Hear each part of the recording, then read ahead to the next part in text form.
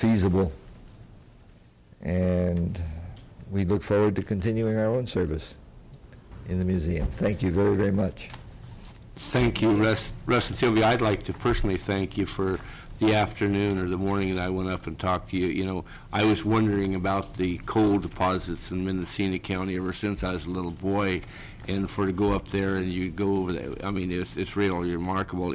And the time and service that you have volunteered for the county, it's certainly it's really appreciated, and I just hope that you find a way to continue it, because you're a tremendous asset to not only to the museum but to this county, and we certainly appreciate that. Thank you very much, John. We are right now wrapping up a major article on that coal. It should be submitted by the end of the week. Yeah, it's very interesting. Yeah. Thank you. Thank you. Supervisor Kopak. I would just like to say that I appreciate your work, and I endorse the comments you've made, Russ, about the important maintaining our cultural institutions. And the museum has, over the last 30 years, has risen from the ashes, as it were, of the timber industry to become a major element in the cultural life of Mendocino County. I really can appreciate you driving over the hill, up the hill and down the hill into Fort Bragg and Willits. I'm fascinated by something that's referred to in the proclamation here. I think this is the only proclamation that ever has and probably ever will have reference to international intrigue. And I'm wondering, given the fact you're translators, I hope that you'll be very careful when this is translated to the Russian, that it does not take on a coded connotation. No, I don't think so. In any event, we won't be doing that translation the other way. We'll be watching for it. Okay. Thank you. Thank you. Okay, we're going to take a short 5-minute recess, and we'll come back and convene as the Mendocino County Water Agency. We have about 4 agendas. We will convene as the Mendocino County Water Agency. Do we need to take roll? We don't need to take roll. Okay. We'll move to the Water Agency Director's Report. Roland Sanford. Okay. All right, well, just under the Director's Report, just a couple of items here with regard to Scout Lake. We have a draft agreement that we're working on with the Boy Scouts there. Their council is reviewing it. Also, next week, you will see a contract on the agenda for the engineering work that we hope to accomplish this coming spring. So, under General Manager's Report, that's the only items I wanted to add at this point. Any questions? Okay, with that, we'll move to agenda item 9.1a.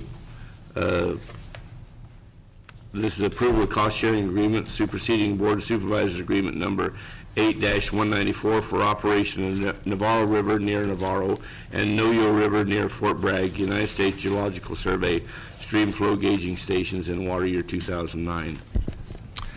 Very, very briefly, this is actually a contract that was previously approved by the board a couple of months ago. The reason it is back, it's sort of unfortunate.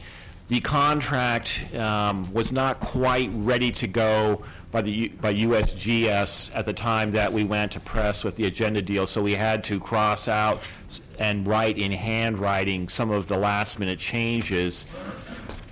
Not overly surprising, the contracts people with USGS had some heartburn with that, so we are bringing the contract back this time with those handwritten cross-outs in formal typeset and whatnot. So the contract is identical to what was what the board approved a couple of months ago.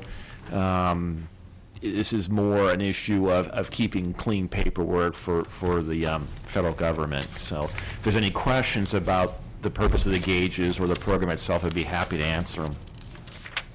Any questions? Supervisor McCowan? Mr. Chair, I move approval of the recommended action. Second. Motion and second. Any member of the public want to speak on this issue? Okay. Have a vote. All those in favor? Aye. Aye. All opposed? Motion carries unanimous. Okay, agenda item 9.2a, discussion and possible action regarding the drought contingency plans. Supervisor Director Brown sponsored this. Supervisor Brown. Yes, thank you, Mr. Chair. During reports at our last board meeting, I brought up the pending water crisis that I think we're facing. I think we have dramatic actions that are already taking place throughout our community and the region, especially if drought conditions continue.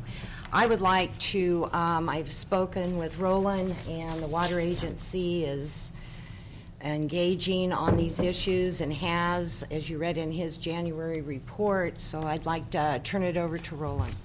All right, well, thank you. Well, the weather has certainly been the talk of the town these days, not just here locally, but the state in general. And it's pretty obvious that unless we get some precipitation here pretty soon, we're going to be talking about the weather a whole lot more. Today, what I wanted to do was update the board on the status of water conditions in the county as a whole, talk a little bit about water supply projections for the future, and finally, talk at length about what the county can do to help here. What can we do as county government to help blunt the impact of what may turn out to be a very serious or even record-setting drought? And so with that, I'll just launch right into a discussion about the water supply conditions. For the county as a whole, basically, when we're looking at rainfall, we're running at about 50% of normal.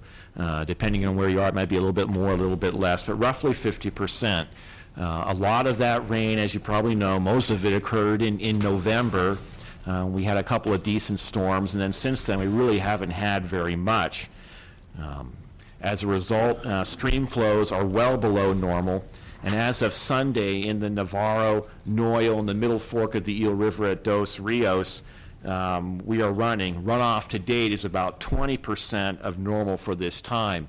To break it out more specifically, in the case of the Noyo, we're running about 21% of normal. The North Fork of the Eel River at Dos Rios is about 24%, and the Navarro is just 13% of normal. And actually, if you look at the trend by month, the story actually gets worse. For example, for the Noyo, the trend looks like this. In October, we were 37% of normal. November was 21% of normal. December, 16% of normal. And in January, we were only 9% of normal. Now, I'm not going to go into all the statistics here or do a Ross-Perot charts and graphics for you, but to suffice to say that what we're looking at right now, runoff conditions, is very similar, not quite as bad yet, but very similar to what we saw during the 1976-1977 drought. Now, with respect to water supply, and I'll just start here on the coast, in the case of the Noyo, Fort Bragg's principal water supply, the current stream flow is not a whole lot higher than the minimum flow that must be maintained in the river to protect fish. And so it is quite conceivable, if we stay on this trend, that we will reach a point here in spring or summer when basically the flow in the river, in the Noyo River, is less than the minimum flow, and Fort Bragg would be unable to pump water from the Noyo River without violating the minimum in-stream flow requirements that are attached to their water diversion facility. And of course, this came up, I want to say, in the late 80s, early 90s, and where they did run into a problem with minimum in-stream flows, and it created quite a tangled regulatory web that I think they are just now finally crawling out of. With respect to water or groundwater on the coast, we all know that even in the best of times, groundwater conditions there there certainly is not a plentiful supply